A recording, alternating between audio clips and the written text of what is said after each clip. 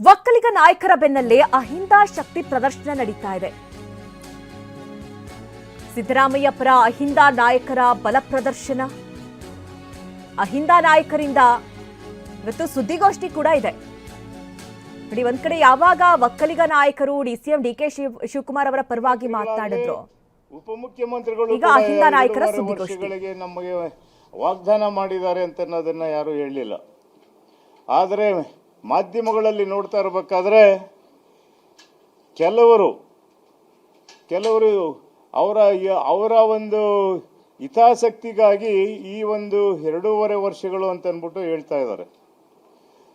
ಇವತ್ತು ಒಕ್ಕಲಿಗರ ಸಂಘನೂ ಕೂಡ ಒಂದು ಪತ್ರಿಕಾಗೋಷ್ಠಿಯನ್ನ ಮಾಡಿದೆ.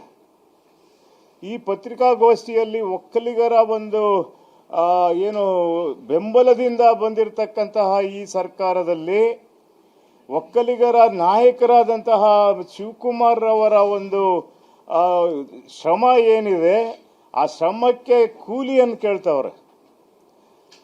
ಶ್ರಮಕ್ಕೆ ಕೂಲಿಯನ್ನು ಕೊಟ್ಟಿದ್ದಾರೆ ಈಗಾಗಲೇ.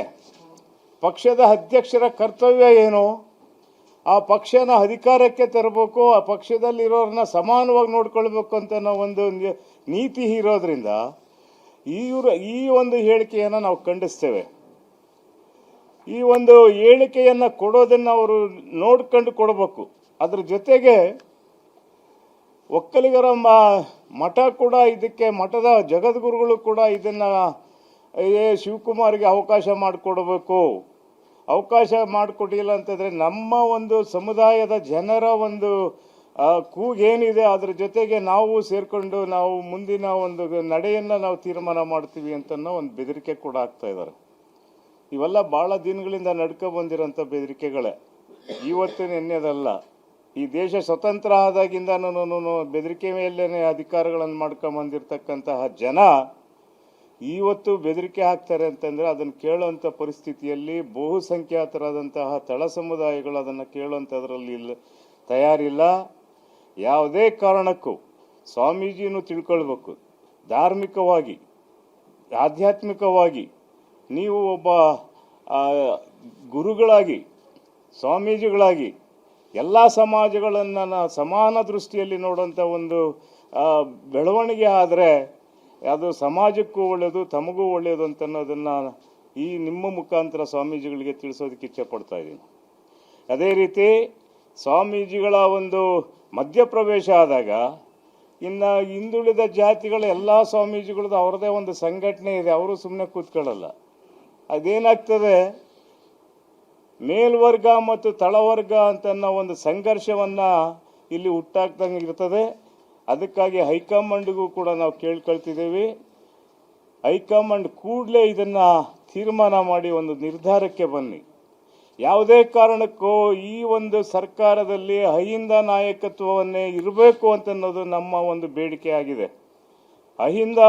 ಅಹಿಂದ ನಾಯಕತ್ವ ಇಲ್ಲ ಅಂತನ್ನೋದಾದರೆ ಮುಂದಿನ ಒಂದು 2028ರ ಚುನಾವಣೆಯಲ್ಲಿ ಅದರ ಪ್ರತಿಫಲವನ್ನು ಕೂಡ ನೀವು ನೋಡಬೇಕಾಗ್ತದೆ ಅಂತ ಅನ್ನೋದನ್ನ ಈ ದಿವಸ ನಾವು ಹೈಕಮಾಂಡ್ ಕೂಡ ತಿಳಿಸ್ತಾ ಇದ್ದೀವಿ.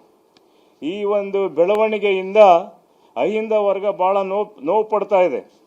ಯಾಕೆಂದರೆ ಈಗ ಸಮೀಕ್ಷೆಯ ವರದಿಯನ್ನು ತಗೊಳ್ರಿ, ಆ ಸಮೀಕ್ಷೆಯ ವರದಿಯನ್ನು ವಿರೋಧ ಮಾಡೋದು, ಅದರ ನಾಯಕತ್ವವನ್ನು ವಹಿಸ್ಕೊಂಡಿರುವಂಥವ್ರು ಇವತ್ತು ನಾವು ಮುಖ್ಯಮಂತ್ರಿಗಳು ಆಯ್ತೀರಿ ಅಂತಂತಂದ್ರೆ ಈ ಸಮಾಜಗಳನ್ನು ಮುಂದೆ ಅವ್ರು ಯಾವ ರೀತಿ ನಡೆಸ್ಕೊಳ್ತಾರೆ ಅಂತ ಒಂದು ಆತಂಕ ನಮಗೂ ಇದೆ.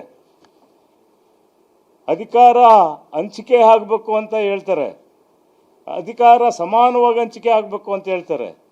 ಅಧಿಕಾರ ಹಂಚಿಕೆ ಸಮಾನವಾಗಿ ಆಗಿದೆಯಾ ಅಂತ ಅನ್ನೋದನ್ನು ಕೂಡ ನಾವು ಗಮನಿಸ್ತಾ ಇದ್ದೀವಿ. ಈ ಅಹಿಂದ ಸಮುದಾಯಗಳಿಂದ ಬಂದಿರತಕ್ಕಂತಹ ಸರ್ಕಾರದಲ್ಲಿ ಅಹಿಂದ ವರ್ಗಕ್ಕೆ ಏನು ಪ್ರಾತಿನಿಧ್ಯ ಸಿಕ್ಕಿದೆ ಅಂತ ಅನ್ನೋದನ್ನು ಕೂಡ ನಾವು ಗಮನಿಸ್ತಾ ಇದ್ದೀವಿ. ಈ ಒಂದು ಬೆಳವಣಿಗೆ ಮುಂದುವರೆದು ನಡೆದರೆ ಮುಂದಿನ ದಿನಗಳಲ್ಲಿ ಕಾಂಗ್ರೆಸ್ಗೆ ಕಷ್ಟ ಆಗ್ಬೋದು ಅಂತ ಅನ್ನೋದನ್ನು ನಾವು ಹೇಳೋದಕ್ಕೆ, ಎಚ್ಚರಿಕೆ ಕೊಡೋದಕ್ಕೂ ಕೂಡ ಕಾಂಗ್ರೆಸ್ ಪಕ್ಷಕ್ಕೆ ನಾವು ಬಯಸ್ತಾ ಇದ್ದೀವಿ. ಈ ದೃಷ್ಟಿಯಲ್ಲಿ ಅಹಿಂದ ವರ್ಗಗಳು ಸುಮ್ಮನೆ ಕೂರಲ್ಲ. ಅಹಿಂದ ವರ್ಗಗಳ ಒಂದು ಸಂಘಟನೆ ಈಗ ನಮಗೆ ದಾರಿ ತೋರಿಸ್ಕೊಟ್ಟವ್ರೆ. ಇವತ್ತು ಒಕ್ಕಲಿಗರ ಸಂಘದವರು ಮತ್ತು ಸ್ವಾಮೀಜಿಗಳು ನಮಗೂ ದಾರಿ ತೋರಿಸ್ಕೊಟ್ಟವ್ರು.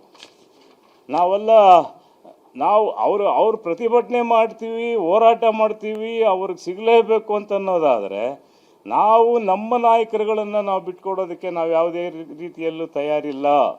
ನಮ್ಮ ಬೆಂಬಲದಿಂದ ಬಂದಿರತಕ್ಕಂತಹ ಯಾವುದೇ ಒಂದು ವರ್ಗ ಅಲ್ಲ, ಸುಮಾರು ಈ ರಾಜ್ಯದ 70% ಜನಸಂಖ್ಯೆ ಇರತಕ್ಕಂಥ ಅಹಿಂದ ವರ್ಗ, ಈ ಅಹಿಂದ ವರ್ಗದ ಹೆಚ್ಚಿನ ಸಂಖ್ಯೆಯಲ್ಲಿ ಈ ಒಂದು ಪಕ್ಷಕ್ಕೆ ಬೆಂಬಲ ಸೂಚಿಸಿದ್ದೀವಿ. 2023ರಲ್ಲಿ 9 MP ಒಬಿಸಿ ಒಕ್ಕೂಟದ ಅಧ್ಯಕ್ಷ ರಾಮಚಂದ್ರಪ್ಪ ಅವರು ಮಾತನಾಡ್ತಾ ಇದ್ರು. ಈ ಹಿಂದೆ ಏನು ಒಕ್ಕಲಿಗರ ಸಭೆ ಆಯಿತು, ಅಲ್ಲಿ ಮಾತನಾಡಿದಂತಹ ಮಾತುಗಳಿಗೆ ತಿರುಗೇಟನ್ನ ಕೊಟ್ಟಿದ್ದಾರೆ.